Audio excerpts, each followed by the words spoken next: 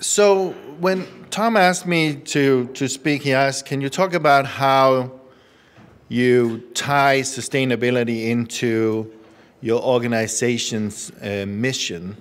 I was like, yeah, that sounds great. It's pretty easy when you talk about SC Johnson. I mean, we've been around for a long time, and we've done sustainability for a long time, and we have tried to be leaders on responsibility and leaders on transparency and on greener chemistry, etc. And so I was very happy when he asked me to do this. But if I need to start somewhere, I think like we heard this morning with David. I mean, first and foremost, we are a family company, and that makes SC Johnson very unique. We're now in the fifth generation. Fisk Johnson is the fifth generation. Being a family company also means that we want to make life better for families. Just like with Kohler and what David presented, there are some words that get passed along from times back and that we live by. When Herbert F. Johnson Sr., was the son of Samuel Curtis, when he said this, he ran the company about a century ago, and he stood up at our profit sharing, which we have annually, and said the goodwill of people is the only enduring thing in any business. It's the sole substance, and the rest is shadow. And those are things that we still live by.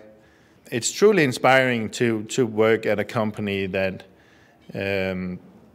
does so much to make sure that not only the people who work there, but the communities where we operate are better because we are there. In 1976, we then formally stated our philosophy in what we in a document that we call This We Believe, and that really is the essence on how we operate. It was also when we started becoming a global company, we wanted like one set of guidelines or guiding principles for everyone globally. We still use this. This is something that you get when you're on your first day at SC Johnson, and you read it, and you instantly get that feeling that that this company is truly unique. We're about 13,000 people, and we have operations in more than 70 countries. So again, a multinational company. Some of our brands you probably recognize: Windex, Shout, Kiwi, Ziploc bags, Mr. Muscle, Duck, Glade, Raid, and scrubbing bubbles for inside the house. Kiwi is over 100 years old. Pledge, Glade, Raid, Windex, about 50 to 75 years old. So these are brands that everyone recognizes because their grandmothers, grandfathers have used it. We also make products for outside. We are the world's largest producer of insect repellents, our off and our outturn products.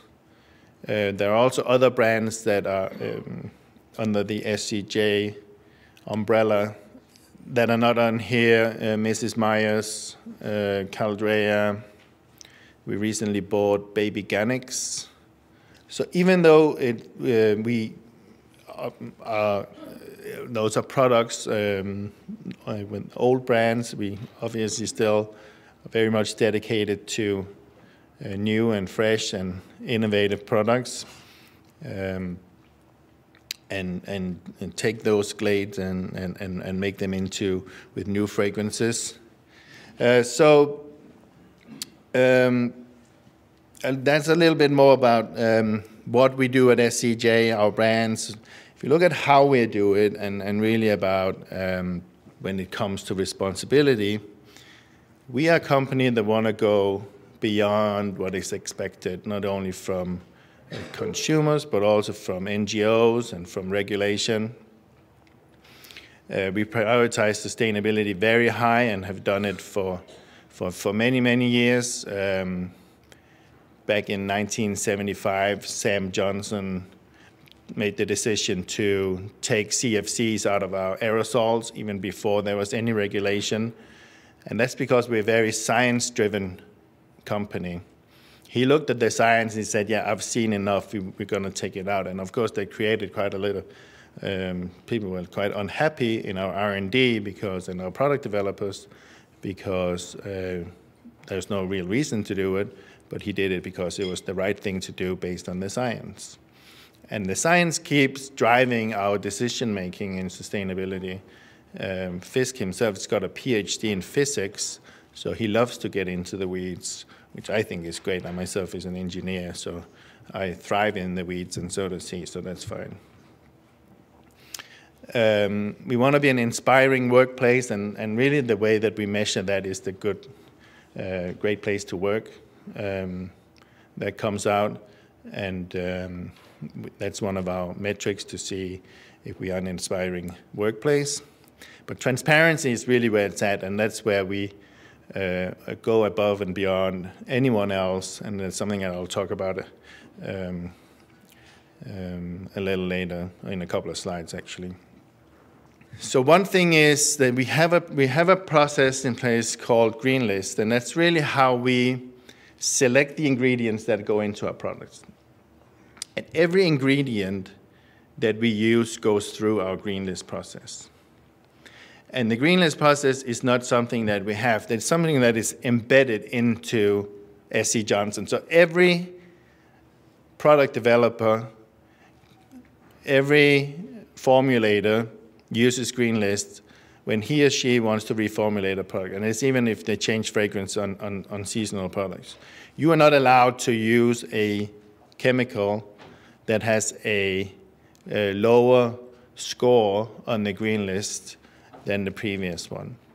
And it really came back from, like in the 90s, we had what we call a brown list, which was a list of ingredients that we didn't want in our products at all. And we started reformulating out of them. But it then became more about not just getting rid of the bad, but continuously improve the products, continuously make products safer for the environment and for human health. And that continuous improvement is then what we call the Green List process. So that's really about how we select the ingredients. If we then talk about what's in our products, we really talk transparency, and that's where we see ourselves as industry leaders. Our website, what'sinsidescjohnson.com, has the ingredients of all the products that we sell.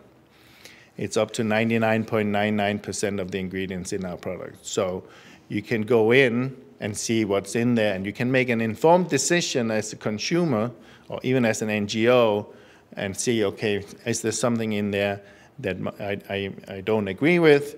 And then I can go and buy someone else's product if that's what I want. Or I can buy a different SC Johnson product that doesn't have that ingredient.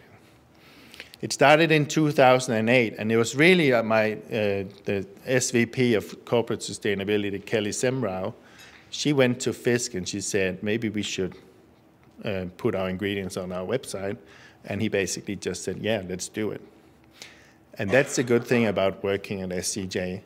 We don't have to convince a board. We don't have to convince shareholders.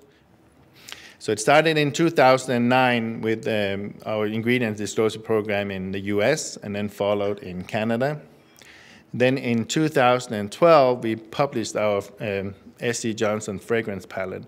And fragrances are something that gets a lot of attention these days because of allergens and allergies. And the International Fragrance Organization have a list of 3,500 different fragrances that they allow in products. We only use 1,300 of those because we have applied our science, we applied our rigor to them, and some of them we just don't want to use. In 2014, we then published the list of ingredients that we don't want in our products. And that can actually be found on our website or in our 2014 sustainability report. And it's about 200 ingredients that are on there that we have said, yeah, we don't want in our products. So as a consumer, as an NGO, you can go in and see which ones they are. And some of them are fairly easy. It's like BPA, phthalates, etc. And 200 doesn't sound like a lot, but we don't put stuff on there that we will never use. I mean, we're never going to put plutonium in our products, so we don't have to put that on the restricted list, because that's like fairly obviously why. Then in 2015, we also started rolling out our product-specific fragrance disclosure. So when in 2009, we started with 99.9% of our ingredients. In 2015, that was then added up to 99.99% of our ingredients with some of our fragrances. And again, we talked about trust earlier. I mean, there is no one trusts anyone, and Tom talked about it. I think you left out media, Tom, when you talk about the NGOs and the politicians, and obviously media is also one of those that some people trust very little. So in 2016, we actually launched our 100% fragrance transparency. That's our Glade Fresh Blossom product, but it was really hard to do. I mean, just to go to the fragrance houses don't want to share anything with anyone. So go to them and say, we want to put on our website, because obviously it doesn't fit on the bottle, 100% of the ingredients in our product. And they were just like, no way. But it's a pretty big deal. When you look at it, I mean, fragrances one fragrance can be between 20 and 100 components. So you need either a very large product, or you need to have it on your website so that people can go in and see what it is. In 2016, we expanded our ingredient disclosures to Europe. And in 2017, we expanded it to Asia. And in Europe, it's really 28 countries, 26 languages, 3,500 products, all the ingredients. Asia too, and then we're going to do it in Latin America. So we are okay putting things out there for people to attack it. Recently, we disclosed our potential allergens in all our products. The regulation or the industry norm is to disclose 26 different allergens, or 26 excuse me, potential allergens in your product. What we did is we looked at all our products and we looked at, are there any allergens in there? Excuse me. And we came up with 368 potential allergens based on the science, and we put them all on our website. So again, if you're someone or someone in your family who suffers from allergies, you know how big of an issue this is. The 26 is obviously not cutting it, because just in our products we found 368 and we put them all out there. So people again can go in and check any of the stuff that I'm allergic to, is that in S.C. Johnson's product. Because we make chemicals. And we make chemicals that people use in their house. I mean, you might not use them every day, but some people do. And that's also when we were out and we supported the California legislation SB 258 on ingredient disclosures in chemical products. There was someone out there who was representing domestic workers. And when you listen to these people, they use your products 8 hours a day, every day, 7 days a week. You really get a different view of who is actually using your product and the importance of honesty, transparency, and really doing that special effort to make your products extra safe, or continuously improve them so that they become safer and safer in use. We also look at packaging, like every other consumer goods products company. We look at packaging. One thing is the concentrated refills. Honestly, it's a tough one to sell, because how often do you buy a bottle of Windex? I mean, maybe every, I don't know, 3-4 months. So some people just go in and buy it off the shelf with the water in it. But it is getting more and more important, especially around plastics, saving plastics from landfills, but also in terms of e-commerce. A lot of people are buying everything off the internet. So companies like Amazon can save tremendous amounts in transportation, packaging, etc., if everything goes down to refills. So it is still something that we look into, because we do think that there is a future where concentrates will play a significant role. I think most people don't know, but we actually also make compostable Ziploc bags.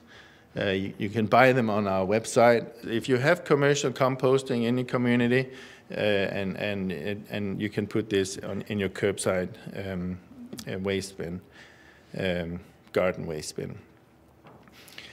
We recently started on a new product on curbside recycling of our Ziploc bags. And it was really, again, Fisk Johnson saying, Ziploc bags has my name on it, I don't want to find them in landfills. And we were like, okay, let's sit down and figure out how this can be done. And it's a huge project. We did it, though, with aerosols back in the 90s. Everyone was scared of recycling aerosol cans because they thought they would explode. And there we worked with industry associations, Steel Recycling Institute, etc., to make sure that people could recycle their steel cans and put the please recycle on the packaging. It's a little different with bags, because there wasn't really a market. There isn't really a market for plastic bags and the recycling of plastic bags into products. But when you start looking into it, you always find these companies somewhere who do it. So there is a company that, for example, does irrigation, like underground irrigation pipes using these plastics, because no one cares if that's black or dirty, because that's the problem. It gets contaminated in the blue box. Other products like plastic pallets, waste bags, even plastic deck material for your house. So there are companies that are willing to take this, but you need to then talk to the MRFs, the material recovery facilities, because they're the ones who are going to pick it out and separate it, and they don't like plastic bags, because plastic bags they get from, like in the supermarket plastic bags, they clog up their systems. They have like rotating things that they clog them up, so they constantly have to shut down and remove them. But Ziploc bags might be able to react a little different, like paper, because they're like flat. But obviously you need to clean them, you need to wash them, you need to dry them before you throw them out. But we really want to start this. We have to start it somewhere. It's a huge project, but we're up for it, and we'll get it done. It's great. I mean, it's great to be part of these projects that are like industry leading, that changes the industry, that changes the consumer, that changes how we deal with waste. So it's really fantastic. We answer every letter we get. It doesn't matter. Every letter that Fisk gets, whoever it's from, we answer. We send it to them. And it could be anything. There was like, someone asked me, what did we think of the floods that happened in southeast Wisconsin, and what does S.C. Johnson do to minimize those? So it's like from everything down to these small things. And it's the same on social media. And social media is, of course, different than getting a letter, because social media is just also someone just getting really angry, like, why did you not have Windex the other day when I went to Walmart in Lexington, Kentucky? And it was like, well, sometimes they run out, we're sorry. But but we do different campaigns, and we use Twitter, not as much as some other people, but we use it to like get into a dialogue with our consumers. I mean, these are like the Ziploc recycling, and those like industry-leading projects are, of course, great, but there's also things that we do in terms of reducing our carbon footprint increasing our renewable energy and reducing our manufacturing waste. And we have targets on this, and we've exceeded them. We had 2016 targets, and we exceeded them in 2012, 2013. Other things that mean something is like when you erect huge wind turbines right next to your manufacturing facility. That's cool. I mean, that's something that people are going to be like, wow, they don't screw around. They walk the talk. But these produce 100% of our renewable energy. We put them up in 2012 at our largest global manufacturing facility in Mount Pleasant here in Wisconsin. And they then produce 100% of our electrical energy. We also use landfill gas in that facility from the landfill across the street. So we also look at reducing our packaging waste. Our Windex bottles now are 100% post-consumer recycled waste. And we continue to increase our PCR content in our packaging. It's a very important goal for our company. But also marketing displays in retail stores, and we also look at shipping boxes. But of course, packaging waste is a huge part of the sustainability efforts at SC Johnson. As I said, we have reduced our waste, our global manufacturing waste, with 76%, exceeded our goal. We have I think we have 25 manufacturing facilities globally, and I believe 15 of them are zero manufacturing waste to landfill, and 5 of them are zero waste to landfill. And zero waste to landfill is zero waste to landfill. There are different definitions of zero waste to landfill. We don't accept incineration, for example, as a alternative waste treatment. And it's all waste, so it's cafeteria waste, etc. at our facilities. So outside of environmental programs, we do a lot to help in our communities. We do a lot to help in Racine. Racine is a community that scores high on the unemployment. It's one of the most unemployed areas in the state of Wisconsin.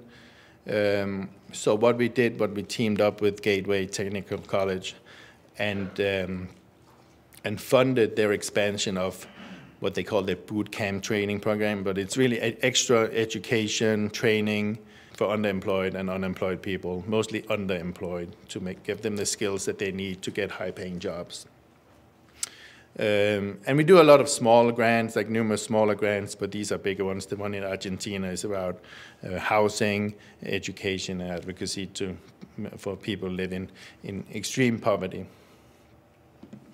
We also do a lot of work to help prevent insect-borne diseases. We also have our entomology center in Racine, which is the world's largest entomology center, and that's really where we test on how best to kill insects. So we breed insects, all different types of mosquitoes, and see how can we best and efficiently kill them using stuff like that is bad for people. But again, we need to do it because when you spray to kill your cockroach, you just don't want it to fall asleep, and you really want to kill it. So obviously some of the chemicals we use could be bad for you, but we make sure through our green list process that the concentration of that is very safe for the environment and for humans. We also teamed up with Sesame Street on a little thing called 1, 2, 3 Stay Away Mosquitoes to educate kids on mosquito and insect-borne diseases prevention. So another thing that we're working on is what we call the base of the pyramid, and that's really the 4 billion people that live on less than $1,500 a year. And some of our products are we can directly impact these communities. We use pyrethrum in our insect control as a pesticide, and that comes from a plant that is grown in Rwanda. And there we have worked with these growers to help them increase their yield, financial management, etc. But we also teamed up with Coca-Cola's Eco Center. That's what you can see in the top, in those two pictures there. And that's really a great initiative. So these little stores provide low-cost products to people in these areas, and they also have internet connection there, and they're solar powered, and they are female entrepreneurs who run them in the communities. So it's also more about how can we leverage what everyone else is doing, because it's obvious that we would love to have our products in there on like our mosquito nets, or mosquito coils, and our oils, etc., to help prevent some of these insect-borne diseases, because I think about 600,000 people die each year from malaria.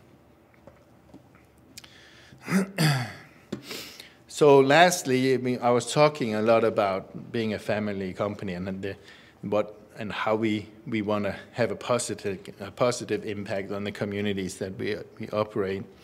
And some of the things that we like to point out are, like in the year 1900, we were one of the first companies to start with paid vacation. We've done profit sharing since 1917. So this is our 100-year anniversary here on Friday. We have child care center, the base of the pyramid that we started. We are in the Working Mother Hall of Fame. So it's just a long list of leadership, but we're not there yet, and there's still a lot to be done, but I can say that I'm proud to work in an organization who takes sustainability very serious and who are willing to go above and beyond what people expect, what the regulators tell us to do, to really try and make this world a safer place, not only for people who use our products and buy our products, for people everywhere. So I thank you very much for this time here. I thought it was a great conference, and with that, I'm done.